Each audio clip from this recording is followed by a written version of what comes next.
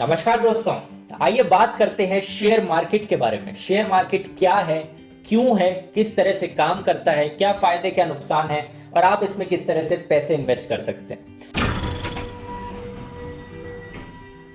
Stock market, share market या equity market, इन तीनों का एक ही मतलब है दोस्तों। ये वो मार्केट होता है जहां पे आप किसी कंपनी के शेयर्स खरीद सकते हो या बेच सकते हो। शेयर्स खरीदने का मतलब है कि आप किसी कंपनी में कुछ परसेंट ओनरशिप खरीद रहे हो, यानी कुछ परसेंट आप उस कंपनी के मालिक बन रहे हो। यानी उस कंपनी को अगर प्रॉफिट होगा तो कुछ परसेंट उस प्रॉफिट का आपको भी मिलेगा, उस कंपनी को अगर लॉस होगा तो कुछ परसेंट उस लॉस का आपको भी सहना पड़ेगा। सबसे छोटे स्केल पर मैं आपको इसका एग्जांपल बताऊं तो दोस्तों, मान लो आपको एक नया स्टार्टअप खोलना है, आपके पास 10,000 रुपए है लेकिन वो काफी नहीं है, तो आप अपने दोस्त के पास जाते हो और कहते हो कि तू भी 10,000 रुपए लगा और हम 50-50 पार्टनरशिप करेंगे यहाँ पर। तो आपकी कंपनी का जो फ्यूचर में प्रॉफिट होगा 50% आपको मिलेगा, 50% आपके दोस्त को मिलेगा।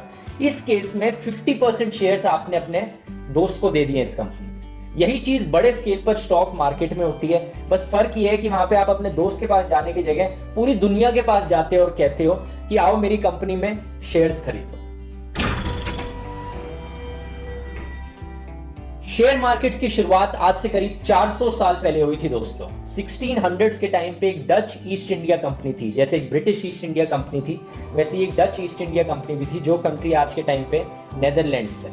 उस जमाने में दोस्तों लोग शिप्स के द्वारा बहुत एक्सप्लोरिंग किया करते थे, पूरा दुनिया का नक्शा डिस्कवर नहीं हुआ था, तो एक कंपनी शिप्स भेजती थी अपनी दूसरी दुनिया की खोज करने के लिए, ट्रेड करने के लिए दूर दूर तक। तो ये हजारों किलोमीटर का सफर होता था जहाजों में बैठ के। इसके लिए बहुत सारे पैसे की जरूरत होती थी। ये पैसा किसी भी एक इंसान के पास इतना नहीं था उस टाइम पे। तो इन्होंने ओपनली ऑफर किया आम लोगों को कि आओ हमारे जहाजों में पैसा लगाओ, हमारी शिप्स में पैसा लगाओ, कि जब ये शिप्स इतना लंबा सफर तय करके किसी और देश जाएंगी, वहां से जो भी खजाना ये लेकर आएंगी, जो भी पैसे ये कमा कर आएंगी, तो एंड में कुछ शेयर आपको मिल जाएगा उन पैसों का। लेकिन ये काम बहुत रिस्की होता था दोस्तों, क्योंकि उस टाइम पर आधे से ज्यादा जहाज तो वापस लौट कर ही नहीं आते थे, गुम हो जाते थे, टूट जाते थे या लूट लिए जाते थे, कुछ भी होता था उनके साथ। तो इन्वेस्टर्स ने देखा ये काम बहुत रिस्की था यहाँ पर। उन्होंने डिसाइड किया कि एक जहाज में पैसे लगाने से अच्छा 5-6 जहाजों में पैसा लगाओ, कि चांसेस तो ये हो कि कुछ एक ना एक तो उनमें से वापस आए यहाँ पर। और एक जहाज दोस्तों मल्टीपल इन्वेस्टर्स के पास जाकर ये पैसे लेता था। तो ये कहीं ना कहीं एक तरह से शेयर मार्केट क्रिएट हो गया। ओपनली बिडिंग्स होती थी वहां पर जहाजों की, वहां के डॉक्स पर। डॉक्स वो जगह होती है जहां से शिप्स निकलती हैं। देखते ही देखते दोस्तों सिस्टम बहुत सक्सेसफुल हो गया, क्योंकि कंपनीज को जो पैसों की कमी होती थी वो आम लोग पूरी कर देते थे और आम लोगों को यहाँ पर और ज्यादा पैसे कमाने का मौका मिल जाता था। आपने हिस्ट्री की किताबों में पढ़ा ही होगा कि ईस्ट इंडिया कंपनी और डच ईस्ट इंडिया कंपनी कितनी अमीर बन गई थी उस टाइम पर। और आज के दिन दोस्तों ऑलमोस्ट हर कंट्री में अपना एक स्टॉक एक्सचेंज है और हर कंट्री स्टॉक मार्केट पे बहुत डिपेंडेंट बन गई है।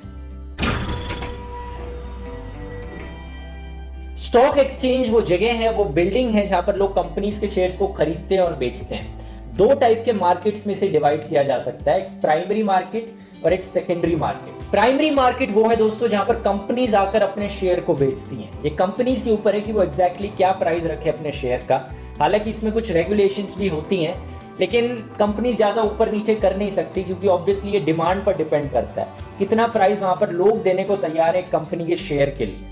अगर एक कंपनी 1 लाख की वैल्यू है कंपनी की, वो अपने 1 लाख शेयर्स बांटती है और 1 रुपए पर शेयर में लोगों को ऑफर करती है। अब अगर उसकी डिमांड ज्यादा है, लोग चाहते हैं कि मैं भी शेयर खरीदूं, मैं भी शेयर खरीदूं, तो ऑब्वियसली वो ज्यादा प्राइस में बेच पाएगी अपने शेयर्स को। तो आजकल कंपनीज क्या करती है, एक मिनिमम प्राइस होता है, एक मैक्सिमम प्राइस होता है। तो एक रेंज डिसाइड कर लेती है कंपनी कि मैं इस रेंज के अंदर अपने शेयर्स को यहां पर बेचूंगी। यहां पर ध्यान रखने वाली बात यह है दोस्तों कि एक कंपनी के हर शेयर की वैल्यू इक्वल होती है। अब ये कंपनी के ऊपर है कि वो अपने कितने शेयर बनाए। 1 लाख वैल्यू अगर टोटल कंपनी की, तो वो 1 रुपए के 1 लाख शेयर भी बना सकती है, या फिर 50 पैसे के 2 लाख शेयर भी बना सकती है।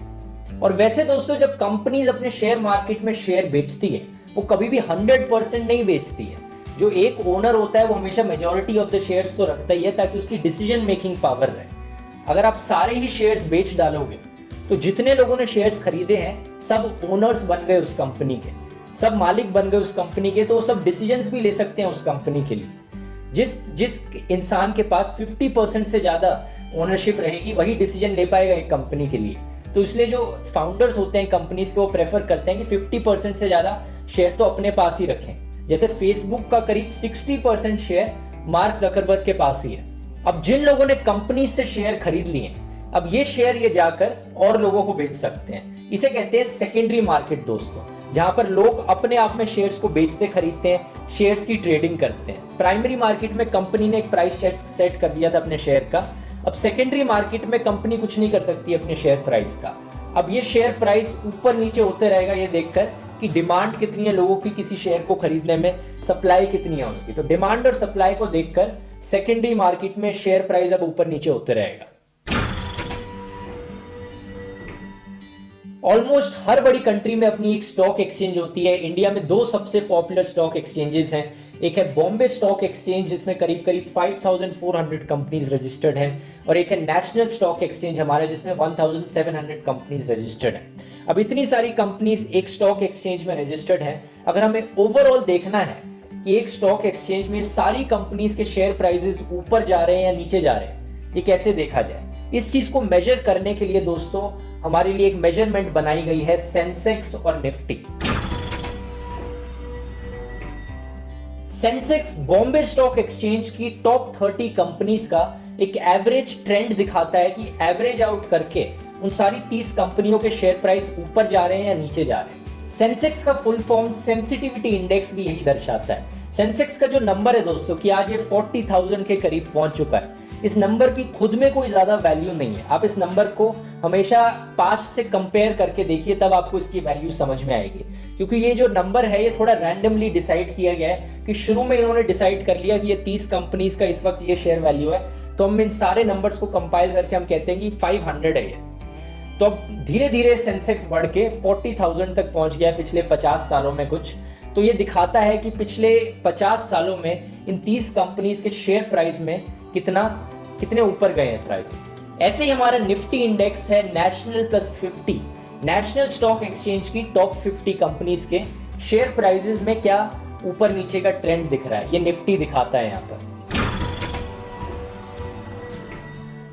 अगर एक कंपनी को किसी स्टॉक एक्सचेंज पे जाकर अपने शेयर्स बेचने हैं तो इसे कहेंगे पब्लिक लिस्टिंग कराना उस कंपनी की। अगर एक कंपनी पहली बार कर रही है तो इसे कहेंगे आईपीओ, इनिशियल पब्लिक ऑफरिंग, कि पब्लिक को अपने शेयर्स पहली बार ऑफर करा रहे हो। ईस्ट इंडिया कंपनी के जमाने में काम करना बहुत ही आसान था, कोई भी अपनी कंपनी को लाकर पब्लिक के सामने शेयर बेच सकता था। लेकिन आज के टाइम पे दोस्तों ये प्रोसीजर बहुत ही लंबा और कॉम्प्लिकेटेड है, और होना भी चाहिए। क्योंकि सोचकर देखिए स्कैम करना कितना आसान है लोगों को। कोई भी अपनी फेक कंपनी बनाकर स्टॉक एक्सचेंज में बैठेगा और बढ़ा चढ़ाकर कहेगा कि देखो मेरी कंपनी की इतनी वैल्यू है, मेरी कंपनी ने ये सब किया है, लोगों को झूठ बोलेगा और लोग बेवकूफ बन के उसकी कंपनी में पैसे इन्वेस्ट कर देंगे और वो पैसे लेकर भाग जाएगा यहाँ से। तो बहुत ही आसान हो गया ना स्कैम करना।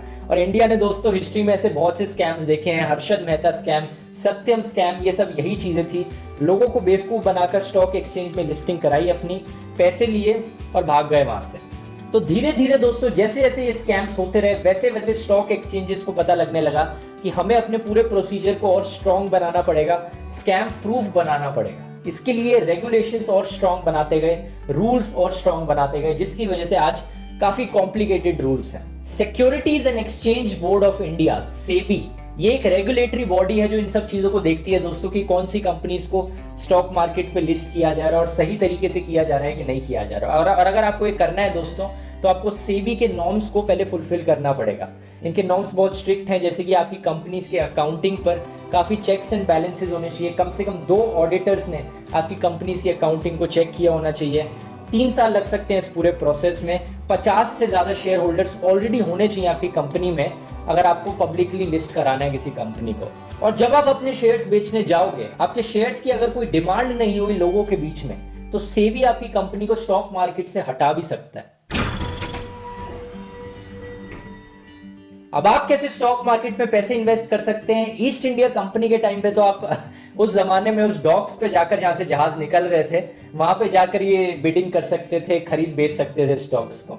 और इंटरनेट के आने से पहले आपको बॉम्बे स्टॉक एक्सचेंज की बिल्डिंग में जाकर ये काम करना होता।